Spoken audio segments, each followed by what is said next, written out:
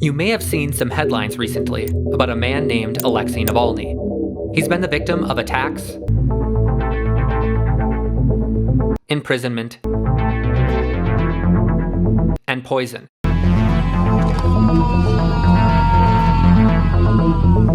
Supposedly at the hands of the Russian government.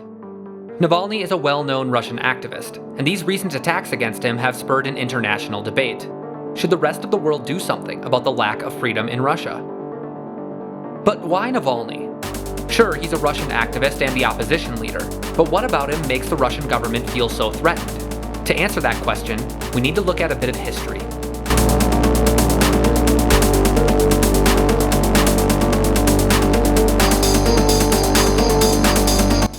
Russia has a complicated history. It was the world's first true attempt at making communism work, and it failed pretty spectacularly at it. With the fall of the Soviet Union in 1991, what was left of the once great nation fell into disarray, and from the ashes, a new nation was born. That nation is modern Russia, the democratic Russia. The Russians have always loved strong-handed government. I mean, you kind of have to in order to endorse a governmental policy such as communism, in which the government has nationalized virtually every industry. After the fall of their nation, the country was begging for a new kind of leadership. What they got? Well, it was a lot of the same. Boris Yeltsin was the first president of the newly formed democracy. But being a former member of the Communist Party, ideologically he still believed in the heavy hand of government. He even attempted to dissolve the Supreme Soviet Parliament in 1993, which almost caused him to be removed from office.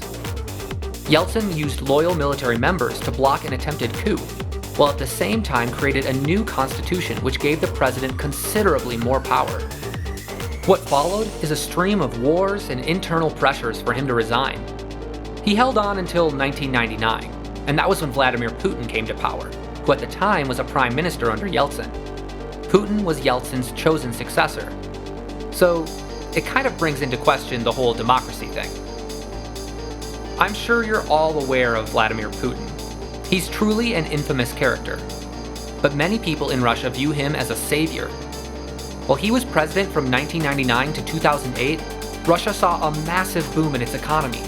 People saw their quality of life improve drastically. Unemployment and poverty were down by more than half.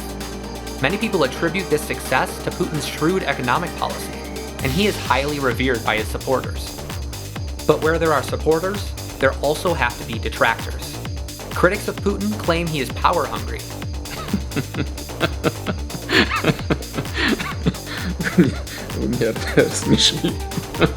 The Russian constitution limits a president to 2 consecutive terms, but it says nothing about serving additional terms after a buffer term in between.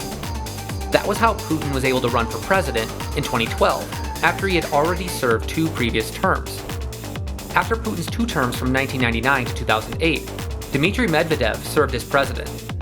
When Putin re-ran for president in 2012, he won by a landslide 63.6% of the vote. But this is where the political move gets interesting. Supposedly, Putin and Medvedev came to an agreement that allowed Putin to run for re-election instead of Medvedev. Russian media referred to this move as castling, after the famous chess move that allows a rook and the king to switch places. Additionally, that 63.6% of the vote, well, there are many people, including Navalny, who have accused the United Russia Party of voter fraud. So here we have a leader who is clearly playing political games. He loves being in power so much that he has found a way to rig the system such that he can become president for an additional 2 terms. But does he stop there? No, of course not. Why would he? But before I get into that, let's take a step back and learn a little bit about Alexei Navalny. Navalny has a long history of political activity, all throughout the 2000s, and he has typically been a part of the opposition parties, meaning the parties that generally have a smaller chance of winning elections and represent a minority of the population. He really wasn't in the public eye too heavily, that is, until Putin decided to run for office again in 2012. The year is 2011. Just as the accusations of voter fraud are starting to take shape, Navalny is involved in a large protest of nearly 6,000 people in Moscow, and he's arrested for his involvement. This is when his public image starts to blow up. The protest is heavily publicized, and Navalny's involvement is too. When he's finally released from jail after 15 days, he publicly denounces Putin and calls on all Russians to unite against him.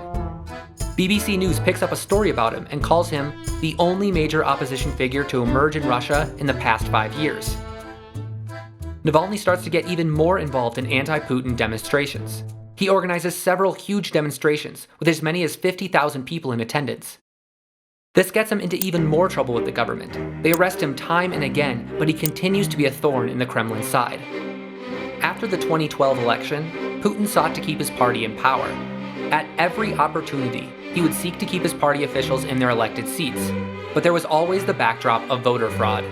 The mayor of Moscow and member of the United Russia Party, Sergei Sobyanin, asked Putin for a snap election in 2013 because he thought that an elected official was better than an appointed one. Putin approved the request, and an election was held. Navalny joins the race and starts getting some major traction from voters.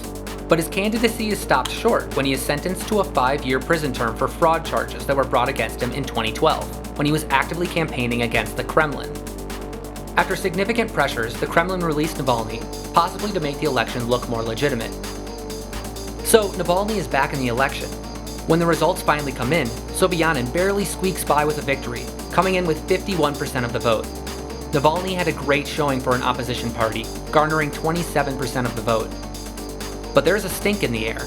Everybody seems to be smelling it.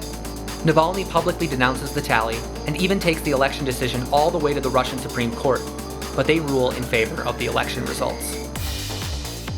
So it's back to the drawing board for Navalny. But if the Kremlin thought that he was going to give up after this, they were sorely mistaken. In 2018, Navalny announced that he would go up against Putin himself in the presidential election.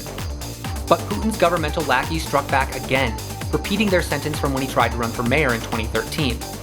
But this time, Navalny didn't seem to care. He decided to run for president anyway. Navalny had a huge platform this time around, anti-corruption. The people of Russia were starting to take notice to the fact that Putin's United Russia Party was always winning the elections. His campaign started to gain traction. His opponents were starting to take notice and sought to stop him. In 2017, he was attacked. His assailant sprayed a green dye in his face, which caused a chemical burn to his eye. He lost 80% of his sight in that eye. This all of a sudden got very, very real. The government in Russia has never been known to play fair, often using the courts to remove political opponents. But this was a coordinated and brutal attack against Navalny. Lesser people would have given up out of fear for their life. Navalny didn't. He struck back immediately by accusing the Kremlin and once again set out on the campaign trail, organizing and attending large anti-Putin rallies. He was arrested multiple times in 2017, the year leading up to the election, often for ridiculous charges such as not getting approval from state authorities to participate in a protest. For those of you who live in the United States, you most likely are appalled by this. Thankfully, the US recognizes the rights of its citizens to engage in political discourse in the form of protests. Russia is not the same. Many places in the world are not the same. Eventually, Navalny stirred the pot so much that the Election Commission barred him from running for president, and the Supreme Court rejected his appeal. In the end, Putin was once again re-elected as president in 2018, and boy did he have big plans for staying in power. In July of 2020, Putin used an executive order to insert amendments into the Russian constitution which allowed him to run for 2 more additional terms as president. In December of the same year, he signed a bill giving lifetime immunity to ex-presidents.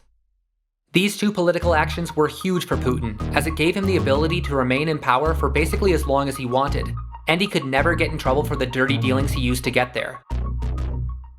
Navalny was obviously incredibly vocal about these changes, calling them a coup and a violation of the Constitution. He's convinced that Putin wishes to remain a president for life, harkening back to the days of the Russian monarchy before the rise of communism. Unfortunately for Navalny, his years of oppositional activism finally caught up with him. The power-hungry government sought to rid the political landscape of him. In August of last year, Navalny fell terribly ill while on a plane. He screamed for his life because he knew that he was dying. The plane made an emergency landing so he could receive treatment, and he was further flown to Germany to receive top-tier treatment at a facility there. The doctors in the German hospital were certain. Navalny had been poisoned poisoned by a nerve agent that has been commonly used to get rid of political opponents in Russia. Navalny's condition was incredibly serious, and he was put in and out of medically induced comas. It took him a full month to recover completely. Now, most sane people would have stayed in Germany, potentially forever. As a victim of a politically motivated crime, Navalny could have sought asylum there and lived out his days free from the reach of the Russian government. But Navalny returned anyway. Maybe it was out of a sense of duty to his country. Or maybe it was because if he didn't return, Putin would have won. He went back fully knowing what waited for him.